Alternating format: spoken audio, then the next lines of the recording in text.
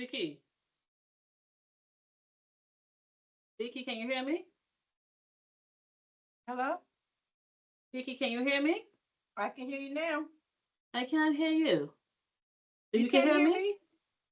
I can hear you. You can't hear me? Let me come out. I'll come back in. But send me the PowerPoint again if you haven't sent it yet. Huh?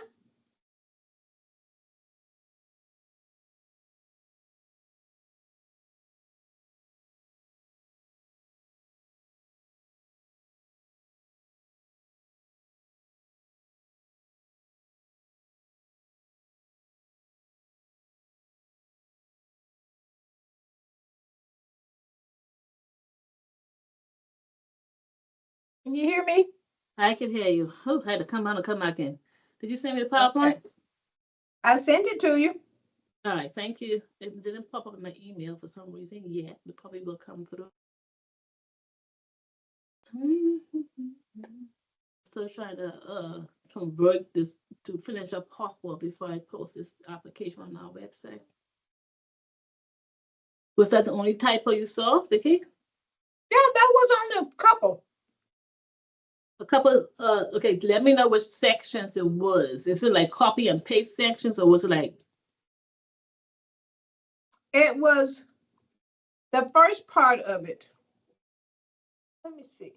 Where you put the zip file. And that was that one, and that was it.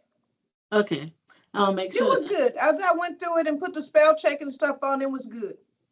Good, good. Thank you. Mm-hmm.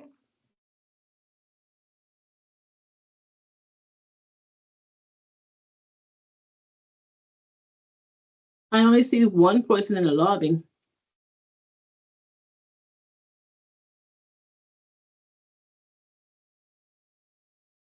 I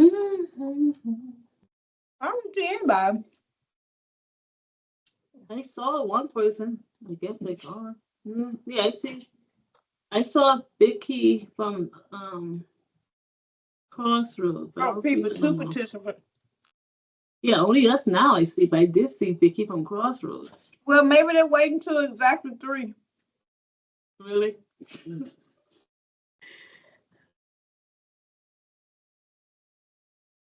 Let me check this flyer again. It's on our website. I sent to our agencies. Hey, but you know how it is. People think that they don't need it. You know, because it's the same funding every year. They probably feel like they don't need it. It may be waiting till 3 o'clock. Start to. You know what? Right. Yes. The flyer itself don't have the time on it, but if you click on the flyer on our website, then you see the time. Resilience is on here. Well, good. I'm glad they're on here. Good, good, good. Make it discuss the reason for they're denied for the MO what they got denied for home arm.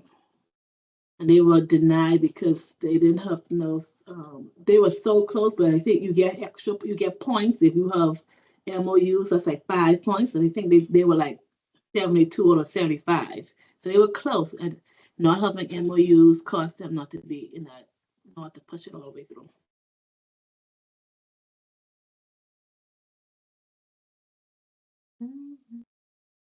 Hello.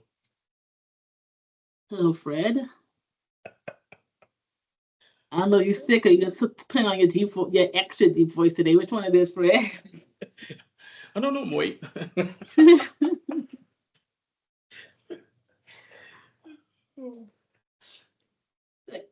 Resilience is on here. I'm glad they're considering it again. Fred, you might can help us walk through the application, but the main reason why they didn't go funded for home off is because their lack of MOUs.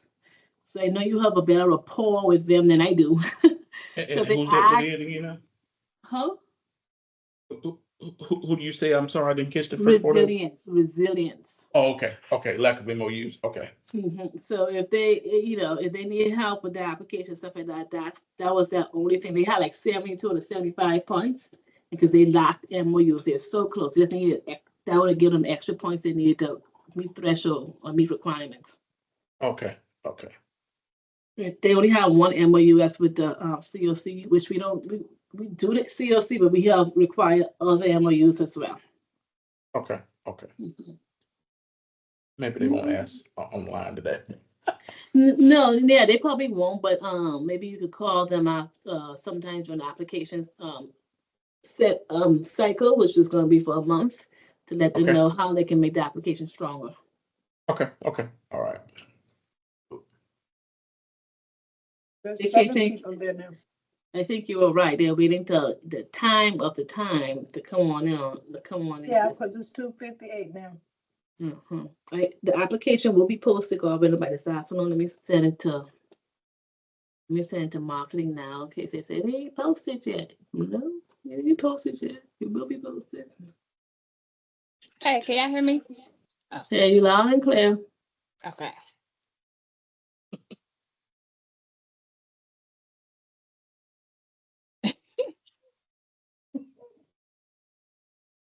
Do you want to admit now tomorrow? Yeah, you can go ahead and start admitting.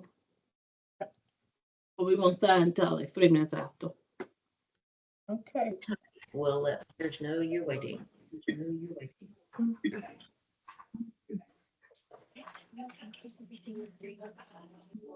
know who Delinda Robinson is.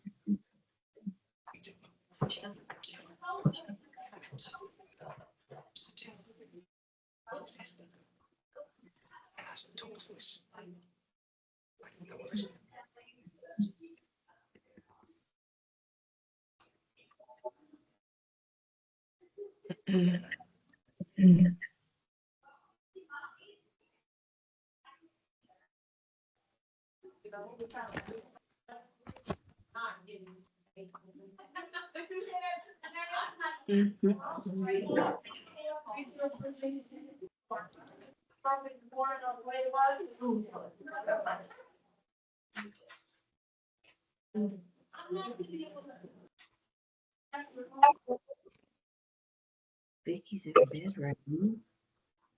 No, maybe that's an office. All righty, everyone, it's 3 o'clock, but as always, I waited until 3 minutes after the time to allow for any latecomers, so give us until 3:30 to get started.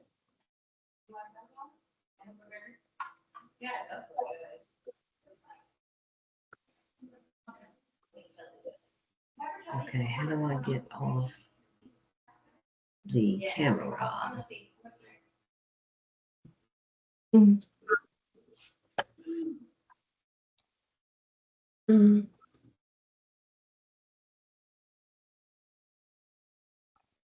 don't see anybody from Open Doors on there.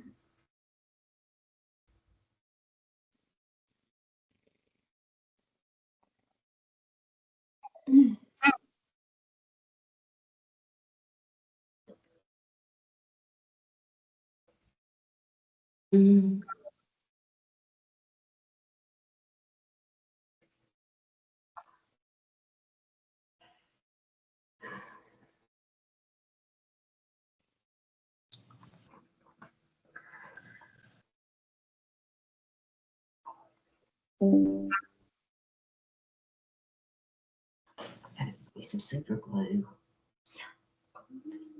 That's all I can think to do.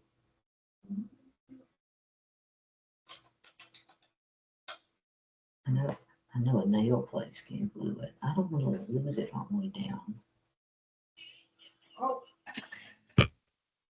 Where did that start playing?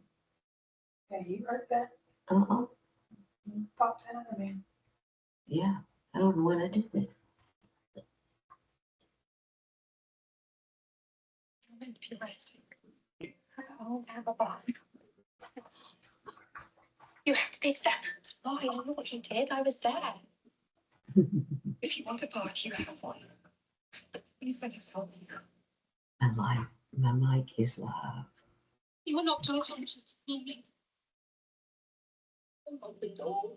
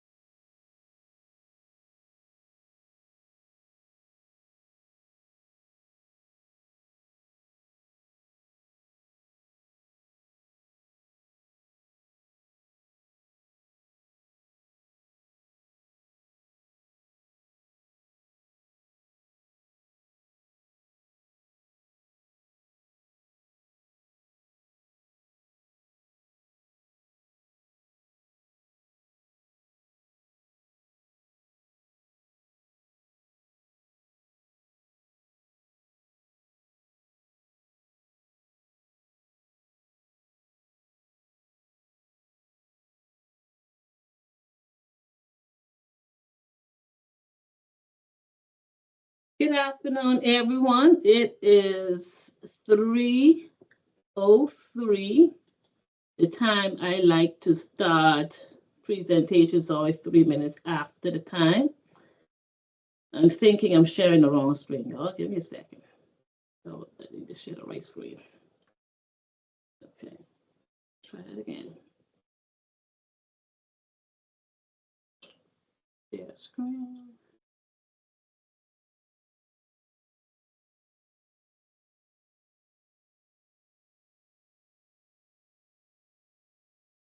Vicky, confirm which screen are you seeing? Are you seeing one slide or are you seeing two slides? Two. She's muted. We see two over here tomorrow. Vicky, you're Alright. muted. Okay, give me a second, y'all. It worked a second ago. I don't know why it's doing that. Maybe they do it like this.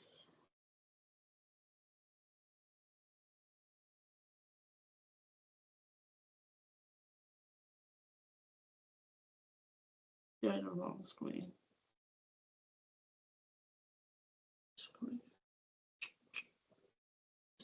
There you go. Now it's the right screen. Good afternoon, everyone. I must apologize from now because I scheduled application webinar 3:30 on a Monday afternoon. So I know 95% of people on this call is either tired, sleepy, or ready to go home. So bear with us. This is being recorded. So if you happen to doze off, and hopefully we're not that boring, you can always come back and look at or listen to the content. My name is Tamara Stewart. My name is Tamara Stewart. I am the VP of Federal Grants. I'll be going over our program application, the main steps in our program application. Also, in this webinar, we have Vicky Palfrey. She's our federal grant specialist. She'll be going over ESG program topics and review. Sharonda Chapman, our federal grant specialist. She'll be going over HOPWA program basic reviews.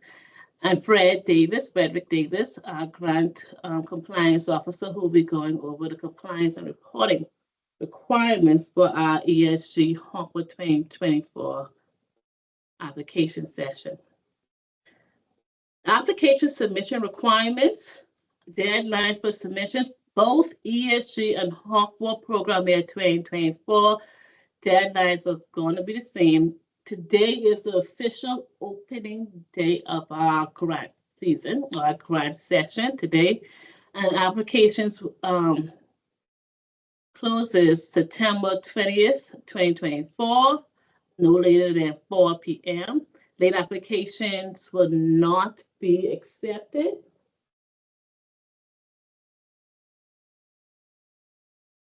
When you submit your application, make sure it's coming into us both electronically and a hard file. We will allow you some flexibility with your hard file. So if you can, once we get a copy of your hard file, no later than a month after the submission of your digital file, we will accept it, but we do need a hard file. Just an electronic submission of your application will not be accepted. We need both the electronic submission and a hard file of your application. As always, because there's so much attachments with the application, you will have to do a zip file. Multiple emails will be accepted. When you're submitting your ESG application, you must email it to Vicky and CC me. When you're submitting your HOPWA application, you must submit it to Sharonda and CC me again. Make sure you have the right title. If you just put on that ESG, we might think it's something else and it might not get open. So make sure you follow the title requirements so we can pull your file and review your application within the required time.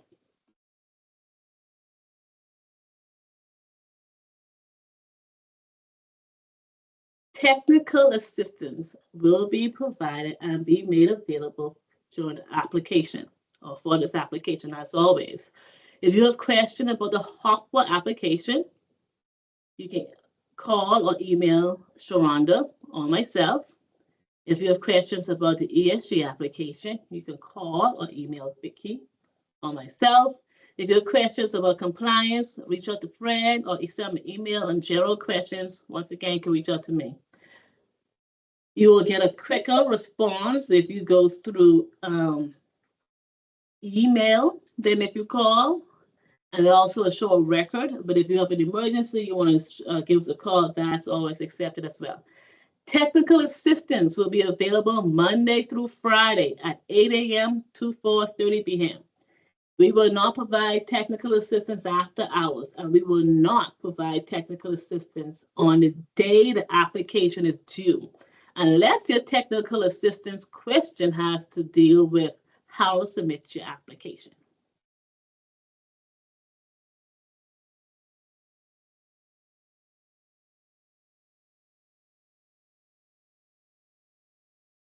For agencies that are new to the HOPWA and the ESG grant application process, these funds are being administered through Mississippi Home Corporation as the state agency.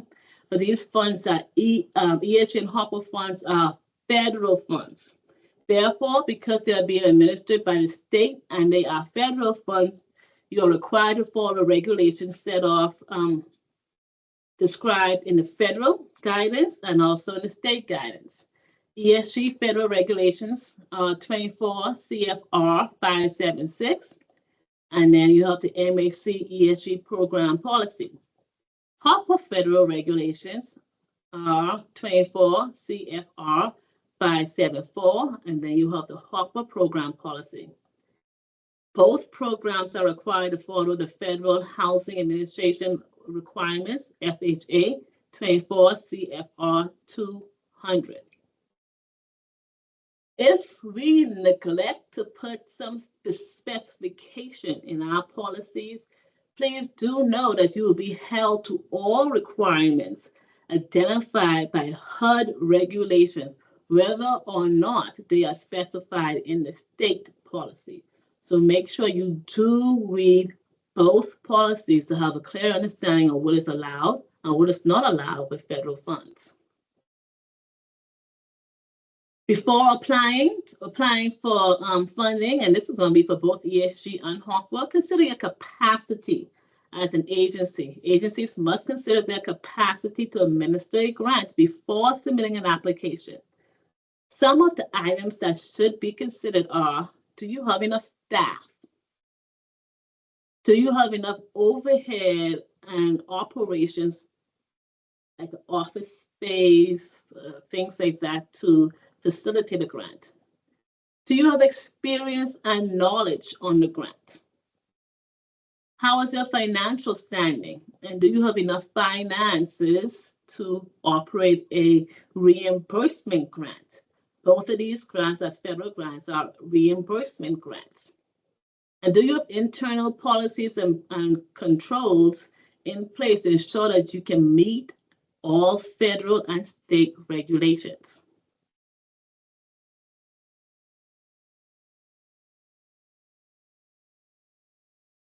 Eligible agencies. Who can apply to receive grant funds?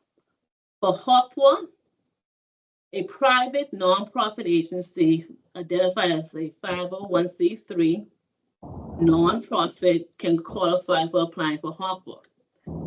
All because you qualify for HOPWA, make sure you actually have the capacity and experience before applying, okay? ESG, to qualify for applying for ESG funds, you must, one, you can be a COC agency or one of the nonprofits that work with the COC. You must be an agency that works with the homeless or homeless service provider nonprofit, including churches. But you have to be identified as a 501c3. You can also be a non-entitlement local units of government that operates existing homeless shelters are also eligible to apply for ESG funding.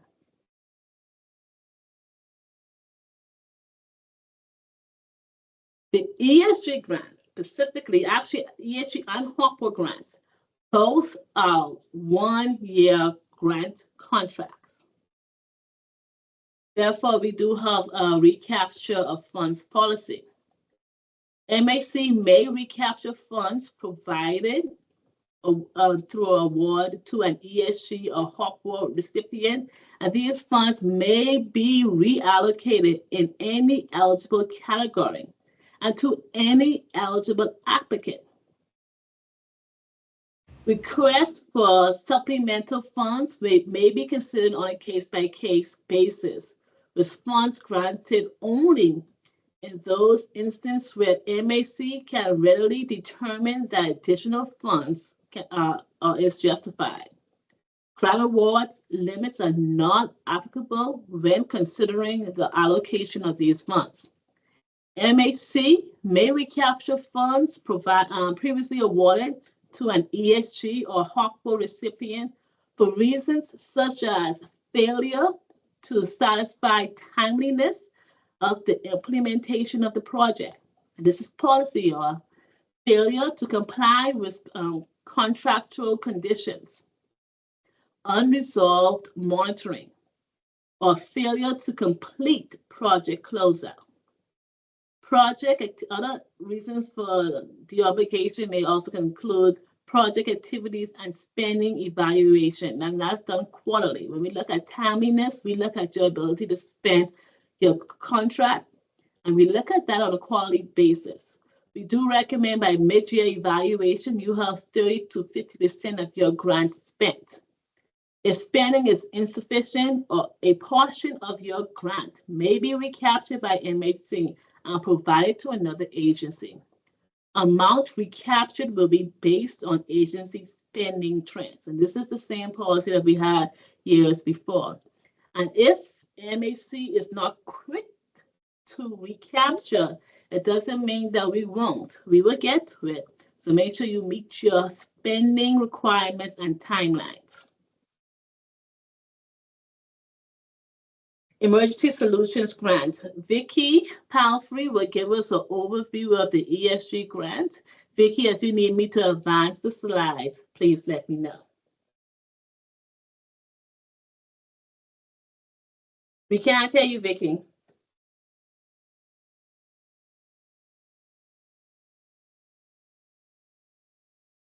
Can't hear you, Vicki.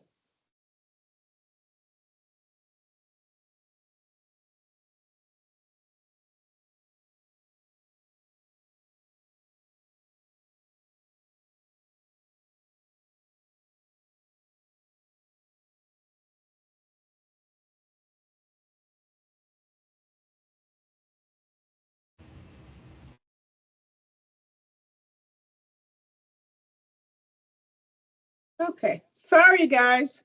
Hi everybody, how y'all doing? Okay, I just want to give you an overview of the ESG components. If you can hear me. I probably can't hear y'all though.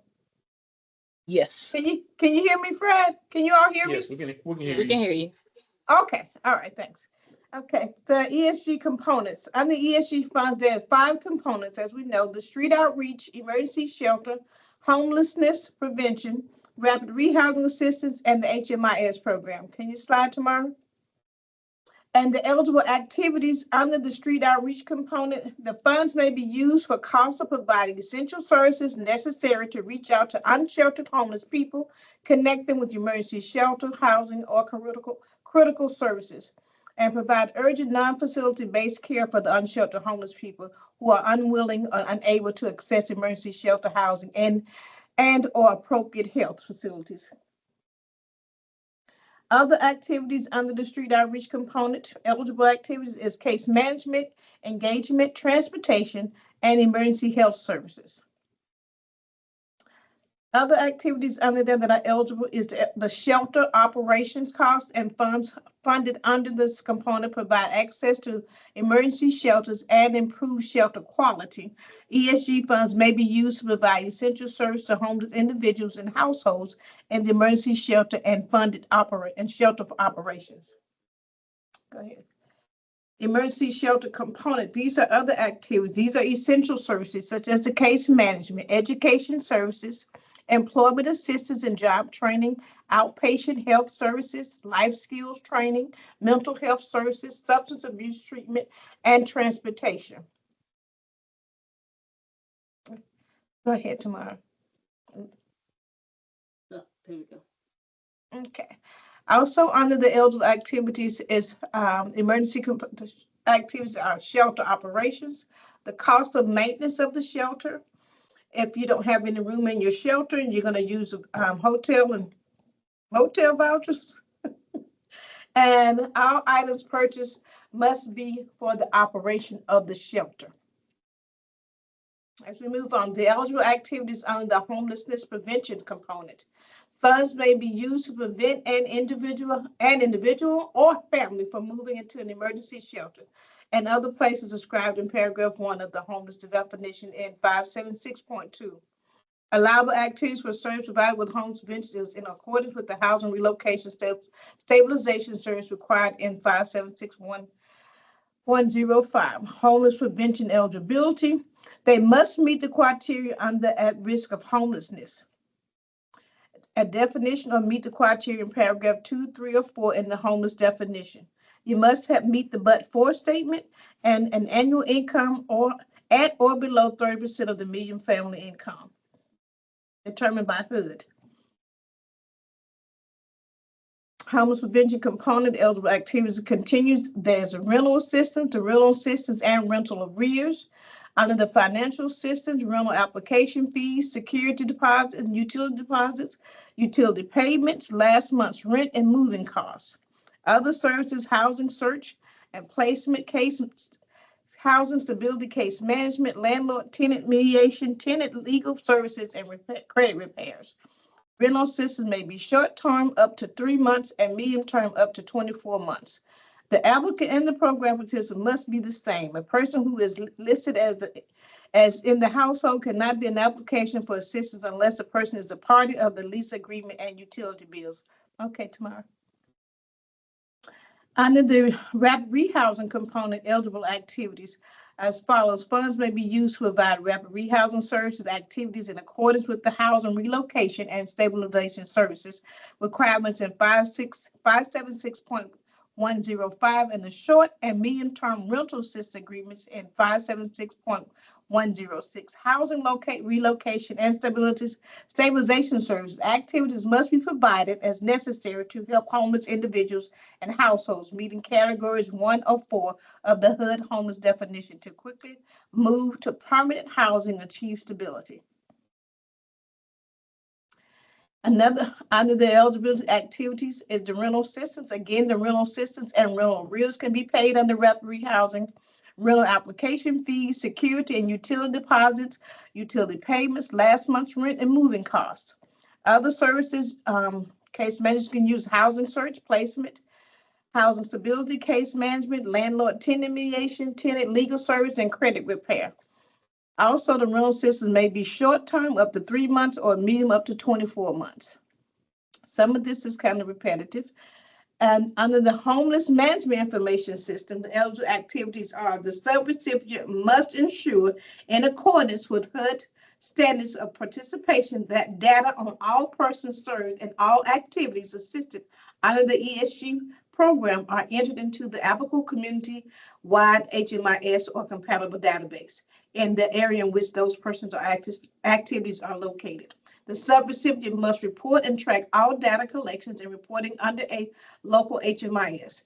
If the subrecipient is a victim service provider or a legal service provider, it may use a compatible database that collects client-level data over time and generates unduplicated, aggregated reports based on the data. Information entered in a compatible database must not be entered directly into or provided to an HMIS.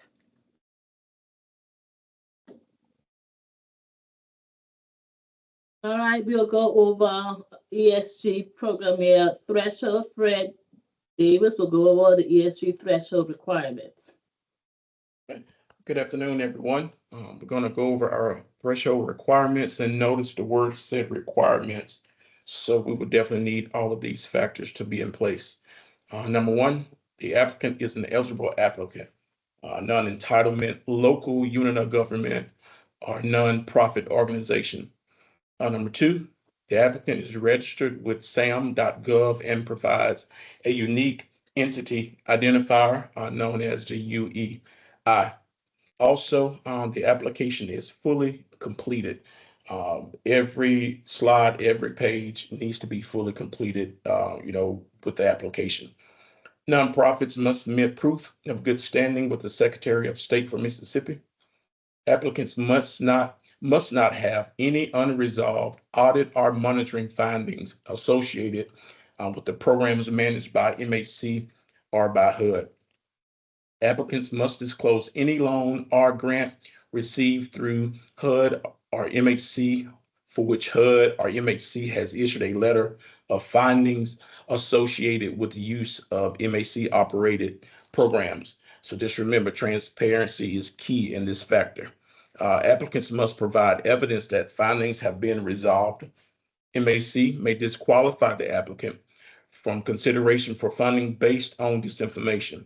Findings must include, but are not limited to, failing to submit required reports. Number 7, the applicant must disclose all other grants and funding sources used to support activities and staff. Number 8, Section 3 summary report, Form HUD 60002 must be submitted if necessary. Number 9, applicants must submit match documents. ESG has a dollar-for-dollar match requirement. Number 10, the applicant must have program-specific audit if they expended $750,000 or more in federal awards during the last fiscal year. And you can see the Code of Federal Regulations code there on the end. You can move to the next slide tomorrow. All right, number 11, the applicant must submit a copy of their most recent single accounting audits for the past 2 years. The applicant must be able to provide their audits, financial statements, and tax forms, the IRS 990 for the last 3 years.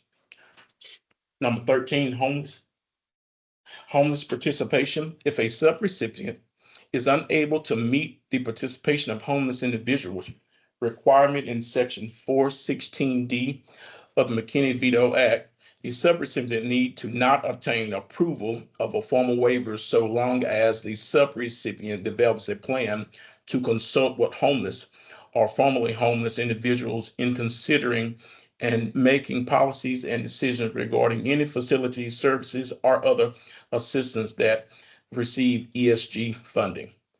Number 14, the applicant must disclose if they have received any grants from MHC or HUD for which MHC or HUD has de-obligated part or all of the grants. I'm going to read 14 again because this is very important. The applicant must disclose if they received any grants from MHC or HUD for which MHC or HUD has de-obligated part or all of the grant. Completion of the risk assessment questionnaire, submissions of the risk assessment certification is applicable.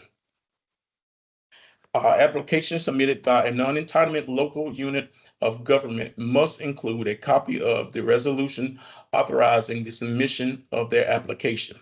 The resolution must be adopted by the local unit of government and must be signed and dated by the local unit of government chief elected official.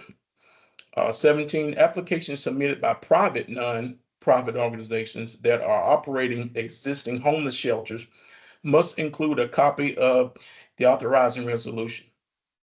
The resolution must be adopted by the nonprofit organizations board and must be signed and dated by the president of the board. Applications from private non-profit organizations that are operating existing homeless shelters must also include a letter from the local unit of government approving the submission of the application. The letter must also refer to the current ESG program year for which the application is being submitted and is signed by the chief elected official. Any application that has been prepared by an application preparer that is involved in a pending debarment or suspension proceeding before a state or federal agency shall not be reviewed until such time as the debarment proceeding has been finally resolved. no person who is involved in a suspension or debarment proceeding shall be allowed to administer an ESG project until such time as the suspension or debarment proceedings findings have been resolved. Okay. Tomorrow can move. Thanks, Nick, for Vicky. Thanks, Fred. Hi again, everyone. This is the match requirements, and that equals dollar for dollar. Applicants must provide dollar for dollar matching funds pursuant to 24 CFR Part 576.201 and 42 USC 11375. The ESG program requires that ESG funds provided by HUD be matched cash and in kind with an equal amount of funds from other sources. Say if you're asking for $100,000, your match for ESG has to be $100,000, totaling the grant to be $200,000. You have to provide evidence of your match is required. The match contributions may be obtained from any source, including any federal source other than the ESG program, as well as state, local, and private sources.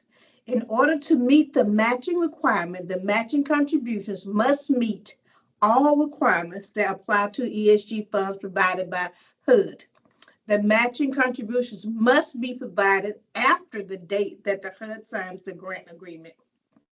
To count toward the requirement match for the recipient's fiscal year grant, cash contributions must be expended within the expenditure deadline under the 24 CFR Part 576203. Contributions used to match a previous ESG grant may not be used to match a subsequent ESG grant. So if you use your building for one grant, you can't use that building again. Contributions may have been or will be counted as satisfying a matching requirement of another federal grant, or award may not count as satisfying the matching requirements for this section. Requirements for using cash and non-cash contributions to match ESG grants. Cash expended for allowable costs as defined in OMB Circulars 2 CFR Part 225 and 2 CFR Part 230 of the recipient or subrecipient. Cash donations and cash receipts for sale of donated items, say the thrift store. However, there may not be any duplication of this transaction, including clothing donation and then sold through the thrift store would be a duplication if counted at both times. Non-cash contributions may include, but are not limited to, real property, equipment, goods, or services. The value of any real property, equipment, goods, or services is determined by the cost.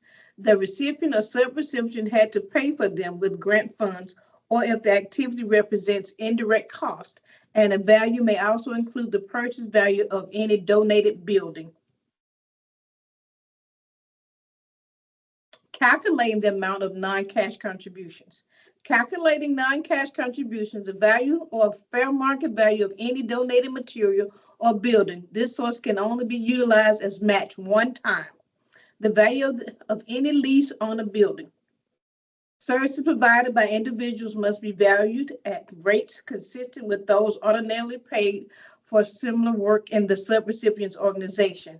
If the subrecipient does not have employees performing similar work, the rates must be consistent with those ordinarily paid by other employers for similar work in the same labor market at a minimum rate of $7.25 per hour.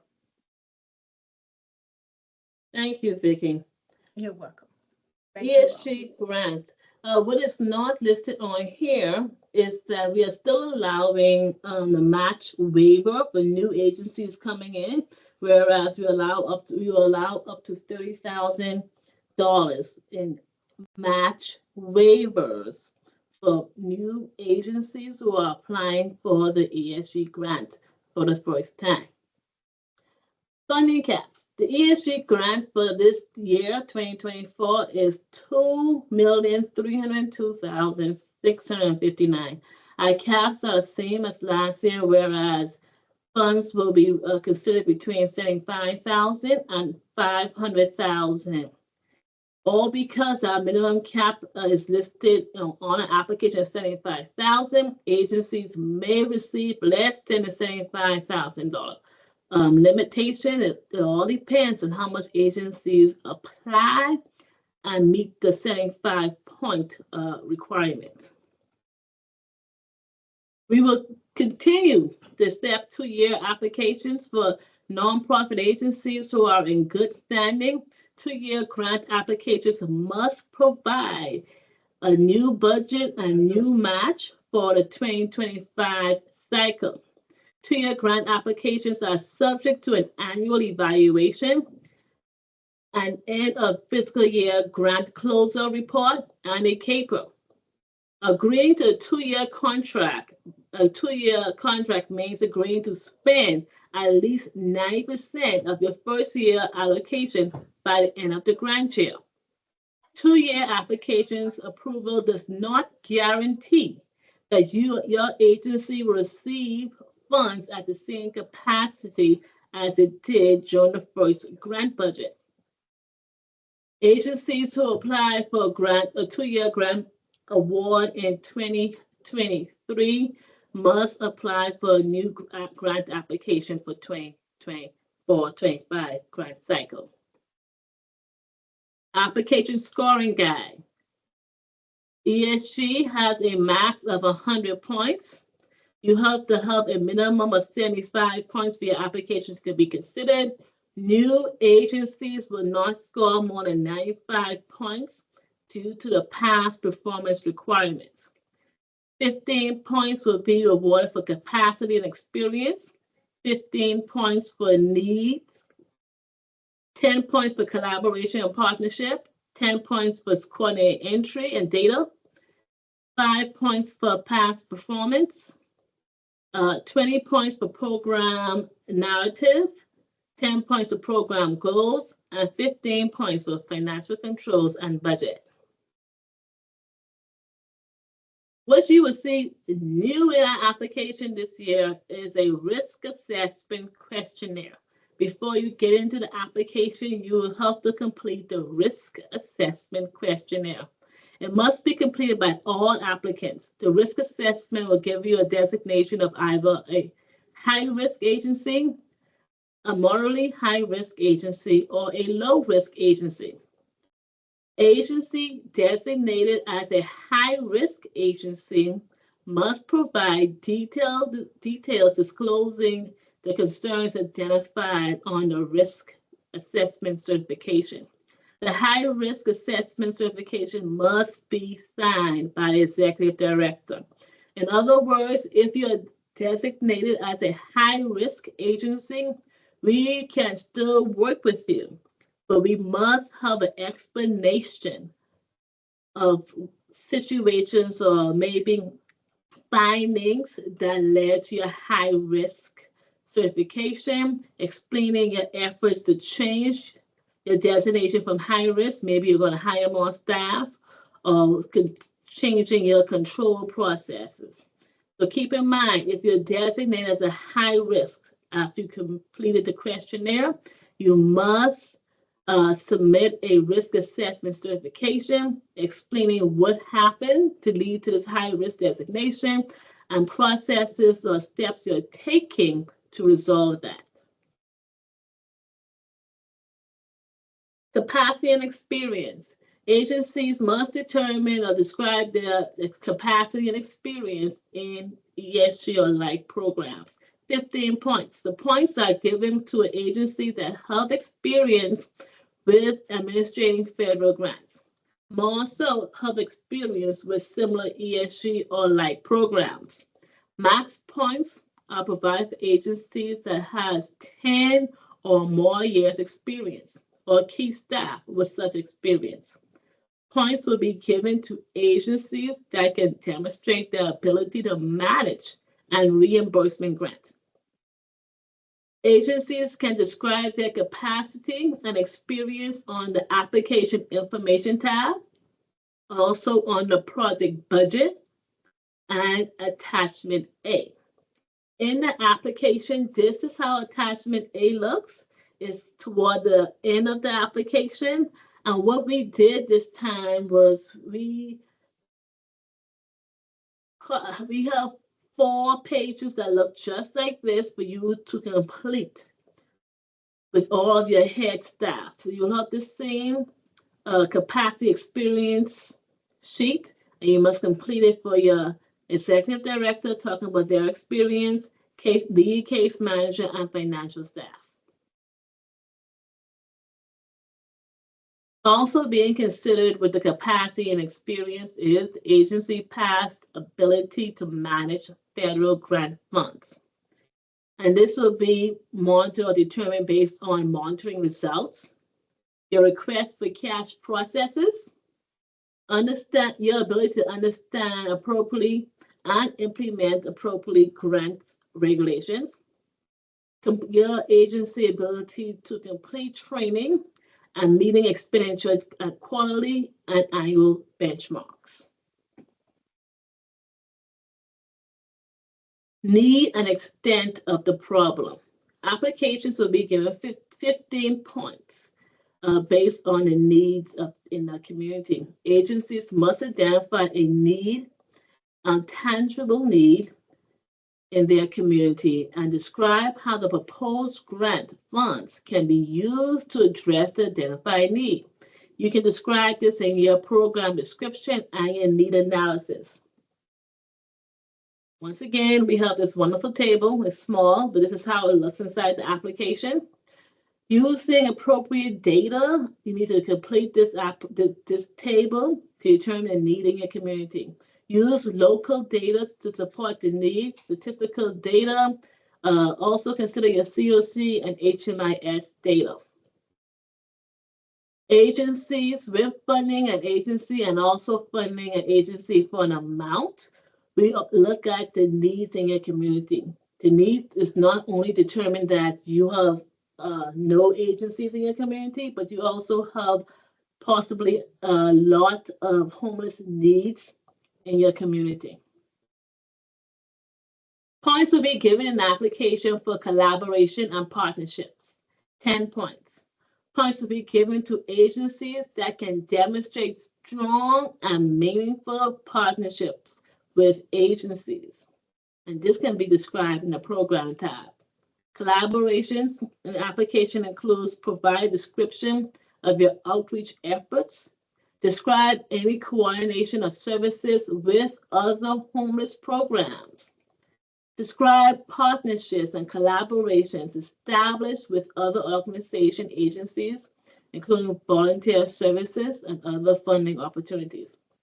Describe how services provided through these partnerships help to meet the needs of the client and promote self-sufficiency. We are not looking for these programs to be standalone programs. Instead, with supporting MOU, we would like to see partnerships in the community with other agencies that are doing great work.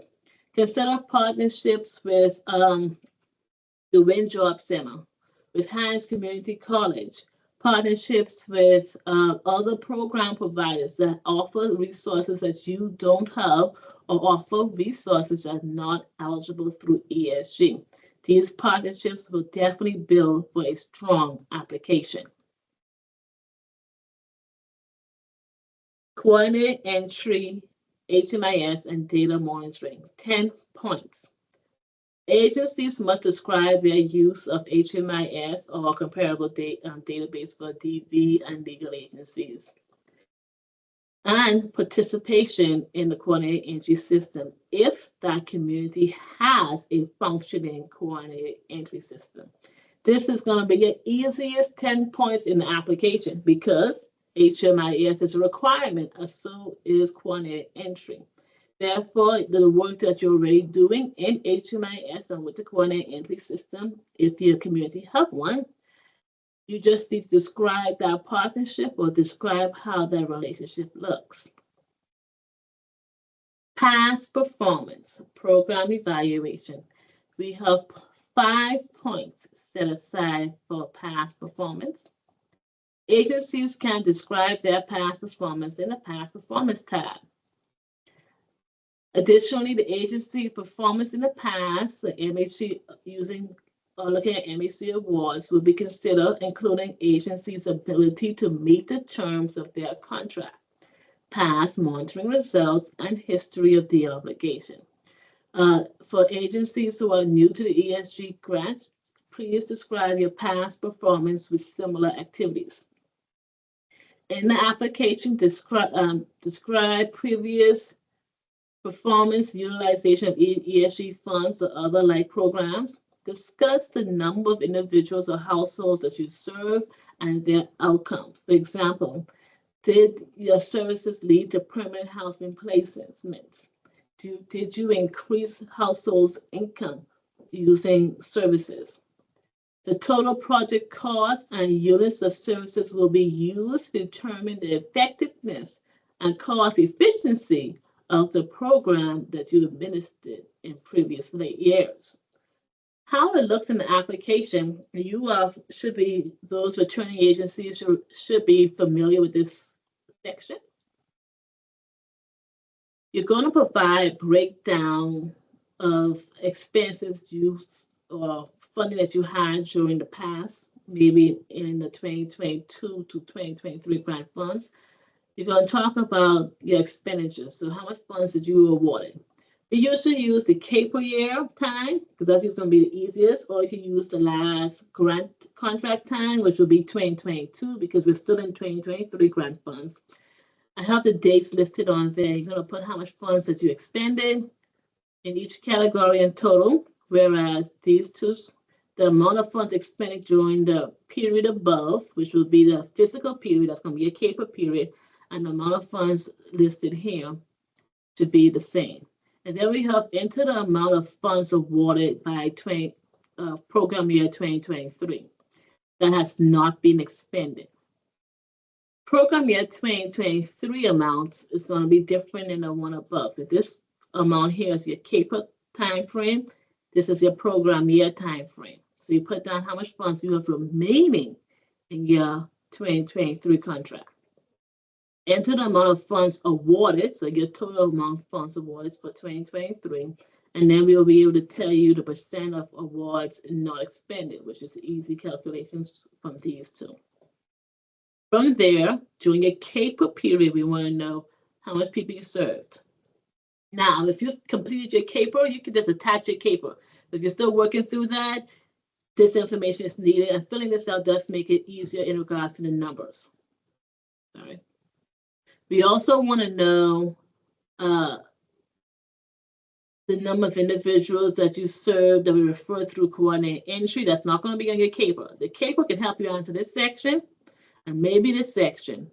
But this section, you might need to look in HMIS to get that data directly. So how much participants referred to your program from coordinated entry, the number of participants or individuals assisted, the number of participants that receive case management, because sometimes you may assist someone in housing, provide case management and to someone who do not need housing resources.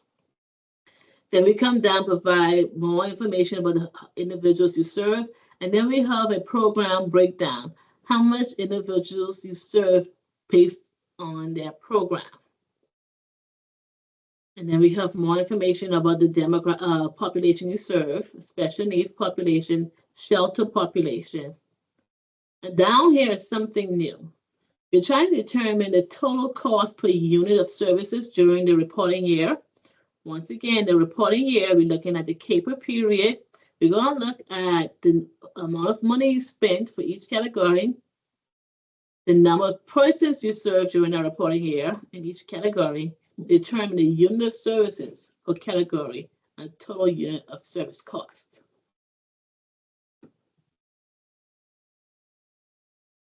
Next, we have our program plan and project description, 20 points. This is where you can give us as much detailed information as you can about what you're doing or what you plan to do in your project. This point is a total of 20 points, but it's broken up into 10-point sections in the application. When you first start the application, And when you get into the application, probably the fourth or the fifth tab will be program description. It's an essay section where you can describe everything you're doing with the program. In this section, you get about 10 points out of the 20. You must describe the proposed program, what you're trying to do. Also include any needs that were identified and how your program will help resolve or meet the needs identified. Describe how the proposed program will operate in detail. This description should include how clients are referred and what type of services are provided from entry to exit. In the description, include evidence-based best practices. For example, housing first, or any other, or some case management best practices that you may be using at your agency. Identify agency's priorities. So if your agency have a priority, maybe you're a domestic violence agency and your priority is to serve those coming out of your shelter first, please explain your priority. Or maybe your COC have a designated priority population. Also include expected length of time in the ESG program. Please remember, ESG is not capped at 3 months, okay? As Vicki mentioned, ESG can be anywhere from 3 to 24 months. Homeless prevention, you're reassessed every 3 months. Annual ESG, you're reassessed every 12 months. Even though your program contract ends in 12 months, a client can be transferred over to another year or to another agency to continue services for up to 24 months. 10 points on program description and then 10 points on in the project information. When you describe your project, also include, is your shelter a low barrier shelter? If you're not sure what low barrier shelter is, I'll show you how to find that information. Describe your shelter and street outreach program intake process. Also, I don't have it here, but you must describe your rapid rehousing or homeless prevention intake process. Describe your experience with the population. Describe how your requested services will be used to promote stability. Our goal here is not short, quick, rapid services to the point that someone goes back into homelessness. Yes, this is a short-term program, but our goal is housing stability. Describe employment efforts, especially if you're working with a population with 30% AMI or less, or 0 AMI. Describe community coordination services. Identify methods for recruiting landlords. Points will be given if you're a partnership with developers in the tax credit properties. This is something we still will promote because there is a lot of opportunity there. Also, what are your case management and discharge practices? In the application under the program tab, project information tab, this is the basic information you will see at the beginning. Under shelter street outreach, as I mentioned, it asks, is the proposed shelter a low barrier shelter, yes or no? If you're not sure what low barrier shelter is, you just click on the basics right here. Information about low barrier, and it'll give you a little one-on-one on what low barrier is or what type of requirements is needed for a low barrier shelter. ESG is required to have low barrier services. Program goals, 5 points. Goals must be clearly described, measurable, and be in line with the National Strategic Goals, HOME, and MHC goals and our comp plan. Agencies can describe their goals on the proposed outcomes tab in the application. It should include, but is not limited to, the following: increased accessibility to affordable housing for individuals who apply, overall reduction in the number of persons who are experiencing homelessness, reduction in the length of time in homelessness, reduction in the number of individuals returning to homelessness, increased employment and income growth of persons experiencing homelessness, average length and time between intake and assessment given. Other goals and objectives of your program can be added there. Also describe what process are in place for tracking program outcomes and how it will be measured. Proposed households served. There is a tab for you to put how much people you want to serve, and it must include the total number of people you want to serve per activity, and also the income levels that you are targeting with this grant. I can't stress enough the requirement for your goals to be measurable. A description is nice, but I like to have something that we can grade you on that you have identified as one of your goals. Financial controls, 10 points. In the application, agencies are marked on their financial controls and feasibility to manage the ESG reimbursement grant. Agencies can describe their financial controls on the Match Funds tab, the Program Budget tab, and the Budget Summary tab in the application. Information reviewed includes the cost per unit of services, which will be calculated in as a new feature. So not only are we calculating the cost per unit of services for your past application based on the information you provide, but also for your proposed application.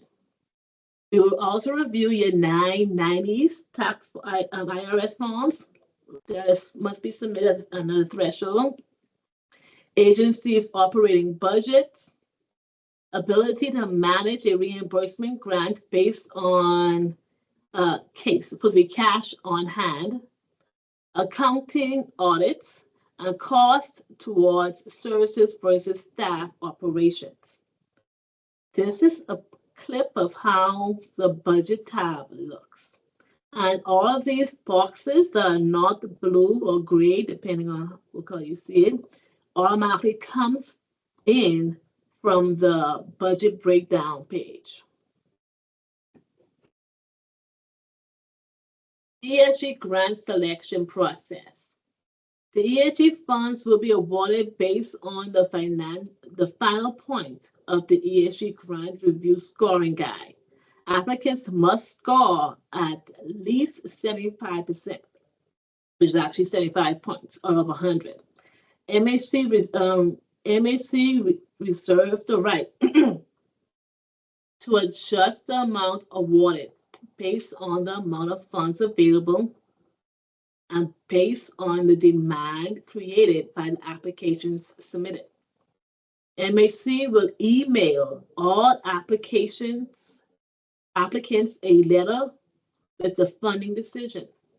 Other factors that are considered with the application includes experience, internal controls, partnerships, capacity, past performance, finances, and other areas. I can't stress enough how much we do look at MOUs when considering the point factor. So make sure you have more than one.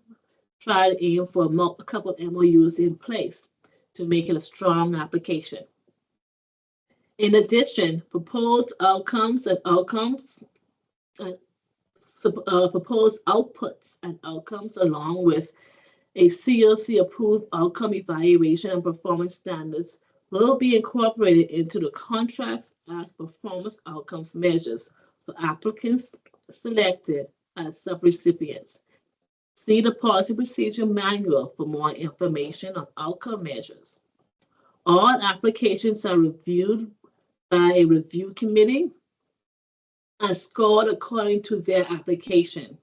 MHC uses a Z-score ranking system that considers the total funding request along with all other factors to determine a funding recommendation amount. MHC board makes the final decision of agencies selected funding amounts. We will now go into HOPWA. Sharonda will give us a program review on HOPWA. Okay. HOPWA, the Housing Opportunity for Persons Living with AIDS, is a program that is established by the AIDS Housing Opportunity Act.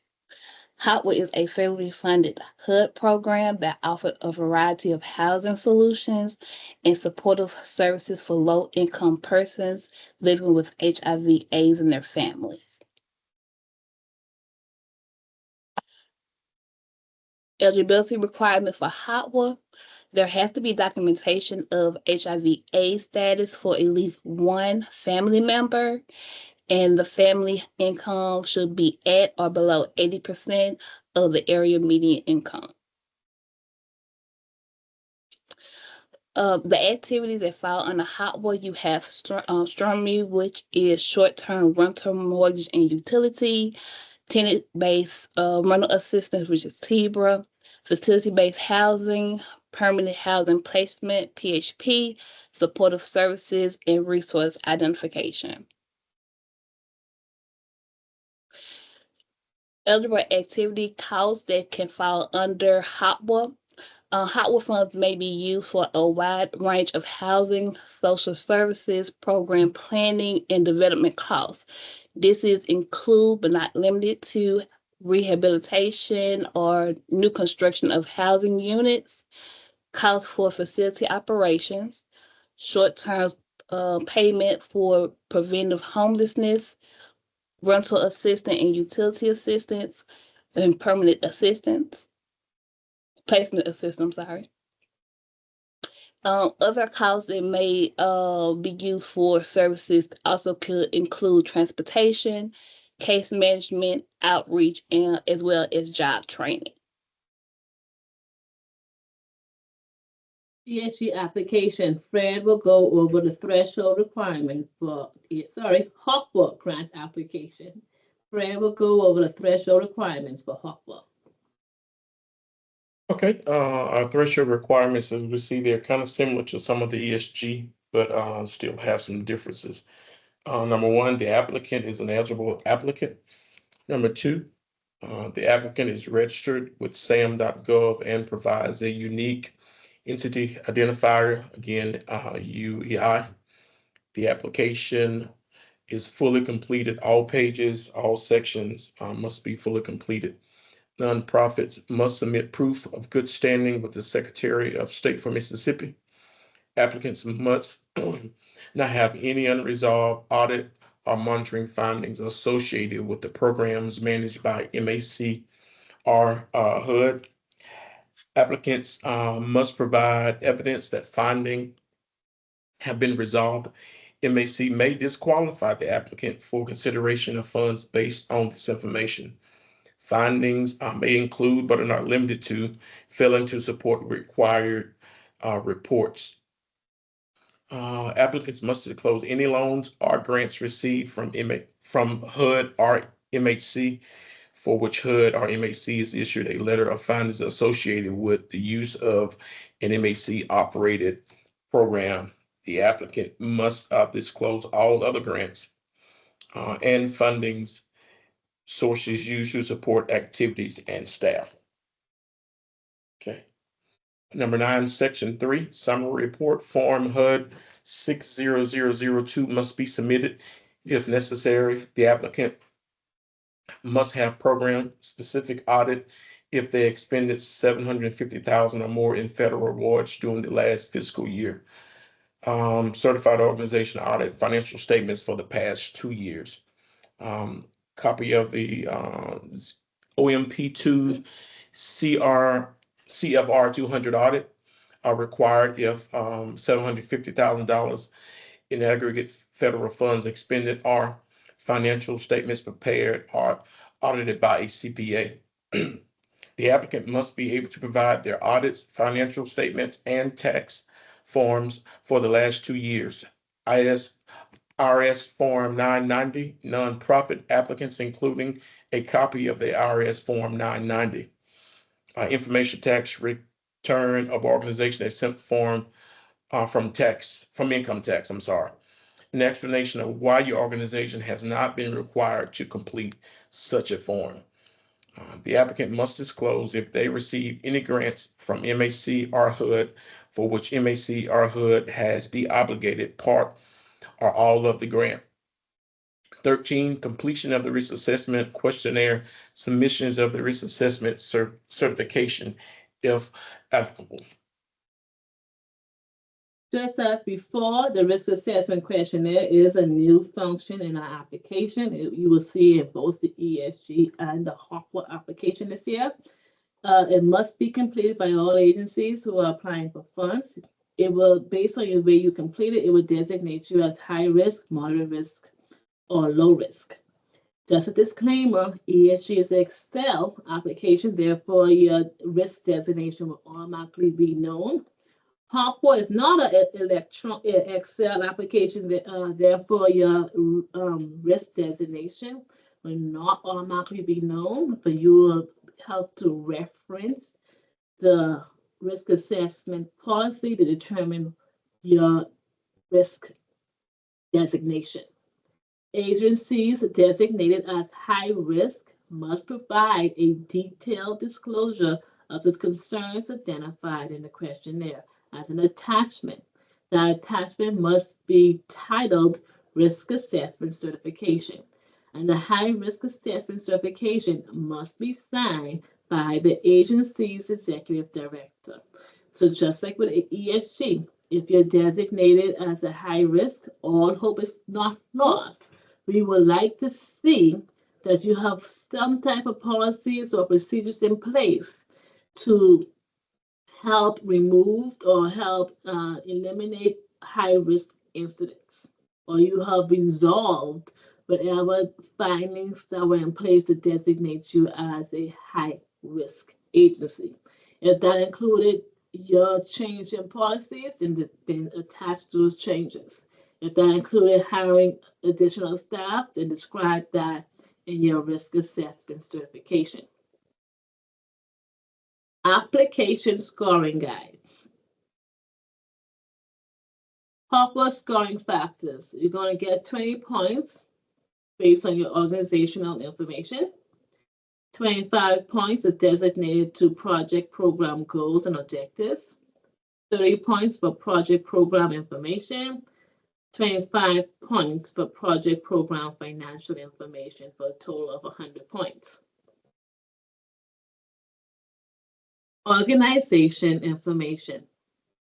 Applicants will be evaluated on their organization's capacity to administer a HUD grant using guidelines specified in OMB circulars, grant regulations, and uniform administrative requirements.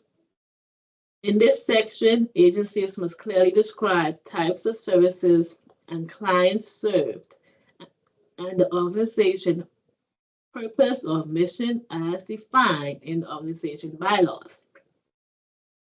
Also, clearly describe your experience with HUD funds and other federal, state, or private funding. Describe the impact of the project program on the annual operating budget, good physical oversight, and internal controls to adequately safeguard the grant funds. Clearly describe your policies and procedures and provide evidence that written policies and procedures currently exist. Provide evidence of sufficient number of staff that with experience to complete the project program. Project program goals and objectives. 25 points. Applications will be evaluated on how closely the project aligns with MHC priority needs as set forth in the State Consolidated Plan, current Mississippi Con Plan. Describe how the important issues of the project program addresses align with priority needs. Provided evidence to substantiate and support why the project program is needed.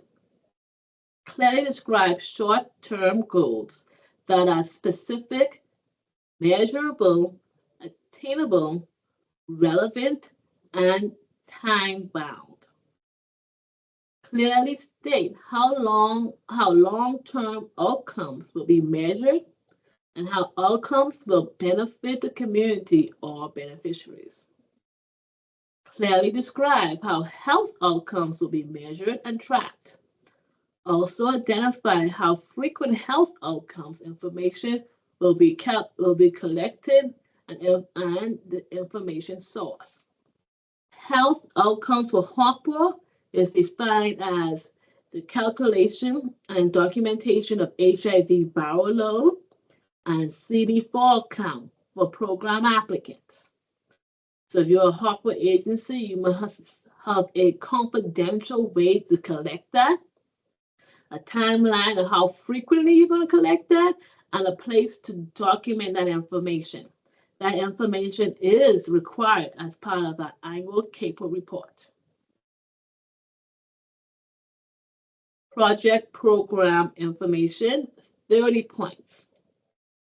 Applications will be evaluated on the information provided about the proposed project or the program and how well the applicant meet the following criteria. Clearly describe the project program scope and activities to be conducted. What are you planning to do with this program? What is the scope of services? What counties will you cover? Clearly describe the target population, as I mentioned, location, time frame of the project program. Our contract is a year, but if you are a new entity, you may have a startup time, so we do need to know the time frame. And as I mentioned earlier, the location is very important. Target population, if you decide that with your HOPWA application, you want to serve those with extremely low income, with HIV, for example, 30% AMI or less, you can do that, but it must be described in your application. Clearly describe the innovation and strengths of the project program plan. Include strategies used for case management and to increase housing stability. Provide all information required for the specific type of grant and project program. HOPWA has many funding categories, so depending on what you apply for, you must identify specific information about those services.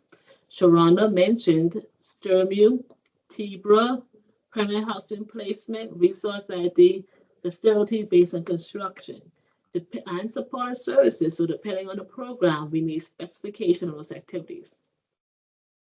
Describe, establish, or propose collaborations or partnership. Sustained how the project program avoids or eliminates duplication of the program services and activities. Clearly describe a system plan or in place to measure programs' accomplishments or other requirements and reporting data. We strongly recommend that all HOPWA agencies use HMIS. That's the most confidential, secure way to report data. Clearly describe the project approach to lower barriers to housing and promote equity among the population. Agencies should include evidence-based best practices used by the program. For example, Housing First is a way to make sure that your program have low barriers and promotes equity among the entire population. Other areas that will be considered includes program monitoring reports. So as we consider your application, we will look at your previous year or current year program monitoring reports.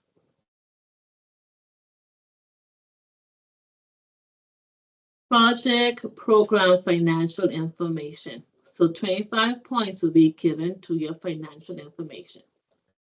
Applicants will be evaluated on the clarity and responsibility of financial information and budgets, including but not limited to clearly describe the budget items, description, purpose, and amount. Provided data to substantiate the economic feasibility of the program and how the total cost of the project program was estimated. Ensure a keyword in that one was economic feasibility. As you know, all of HUD programs are very cheap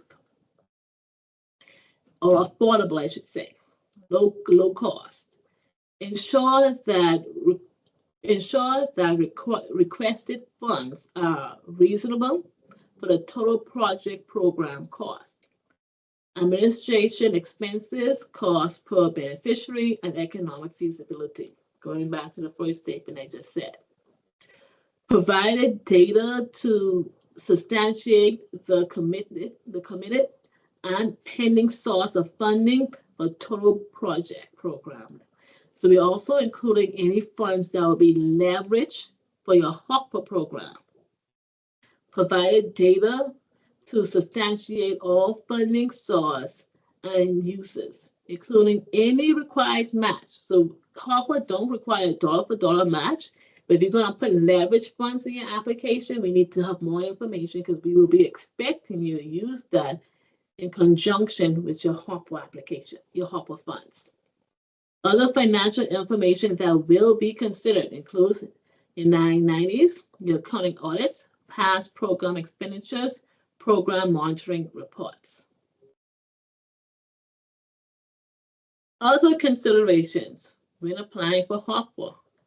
Agencies' past ability to manage federal grant funds and program services to include the following will be considered, which is one, help you understand the capacity and experience, which includes monitoring results, request for cash processes, understanding and appropriately implementing federal and state regulations, completing training.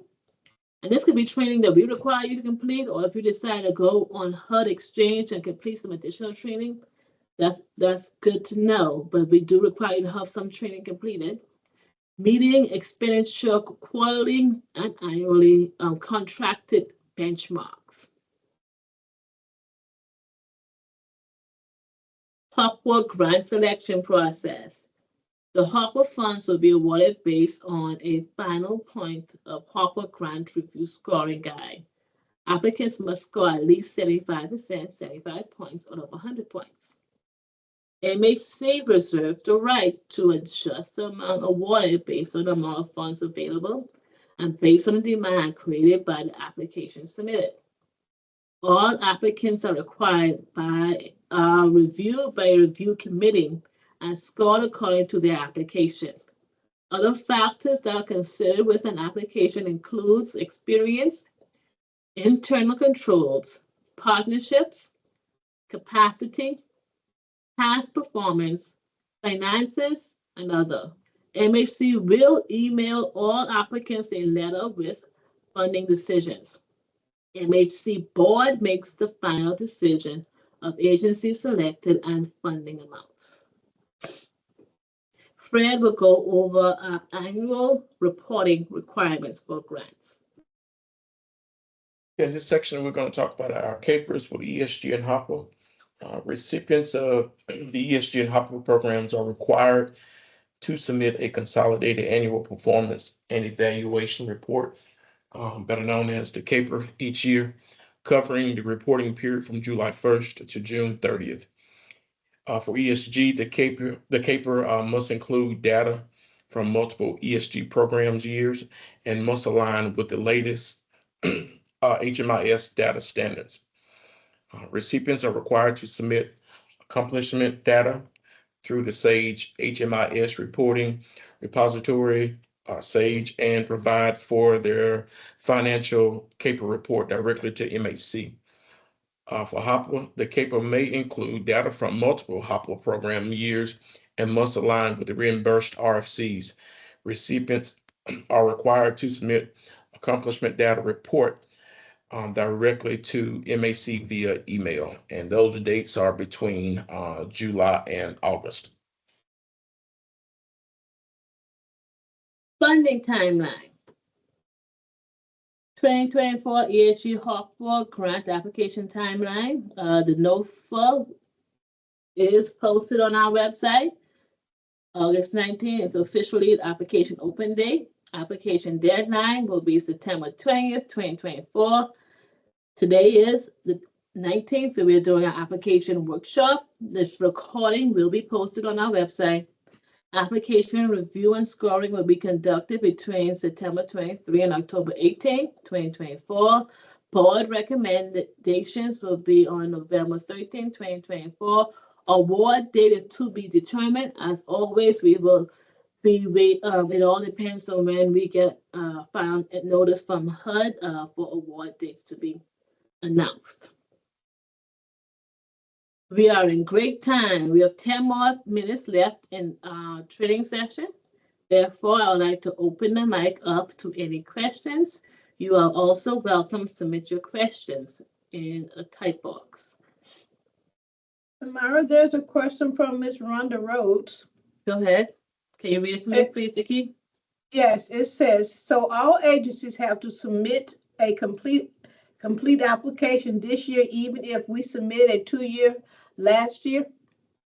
No, Rhonda, and maybe I skipped. I think I did say that slide. Maybe I went through it too fast. If you did a 2-year application last year, you do not have to go through the nitpicky every step of the way application this year. What we would need from you all the ones who submitted a 2-year application last year, I would send you a checkbox of what we need. We need your new budget. We need your most recent accounting audit. We need your new match information. And we need you to complete a risk assessment questionnaire, which is new for this grant year. But that's the 4 things that we will need from you. I'll have to make sure that it might be 1 or 2 more things on that checklist, but I think that is it. Now, once again, if you have a 2-year application, it doesn't mean you will get the same amount you got last year. You may get more, you might get less. It all depends on how much agencies apply. But your scoring amount, designation number that you had last year will remain the same. If you feel that you can apply and get a higher score this year, then you can rewrite an application. Up to you. But that's what we do. Tamara, could you say those 4 things again, please? Yes, Rhonda, and I'm going to send you the checklist. The 4 things that's on the top of my brain right now, because I'm not looking at the checklist, is going to be a new budget for this grant year. Your most recent accounting audit, if we don't have it. You might have already sent that. If we don't have it, send your most recent accounting audit, your new match information for the new contract year. And a risk assessment, because that's a new form that we're doing now with all the applications. So what you would do, Rhonda, is you could download the application and go straight to the budget tab, and that's all you need to complete, along with submitting your required match information and your accounting audit information.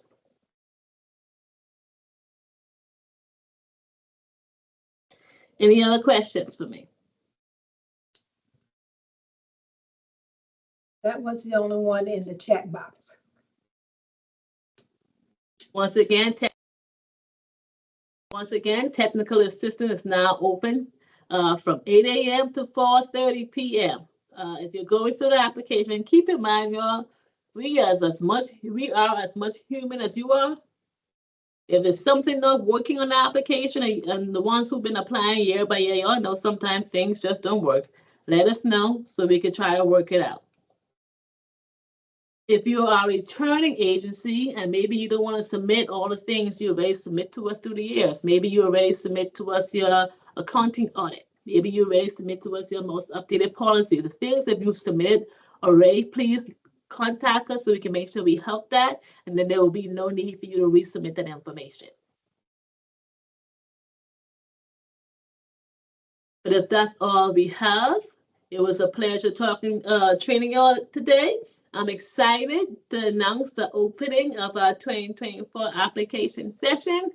I'll keep you all posted once that date of award is finalized, but you can always go back to that timeline. We will try to stick to that as much as possible. Thank you, everyone, and have a wonderful afternoon. Bye.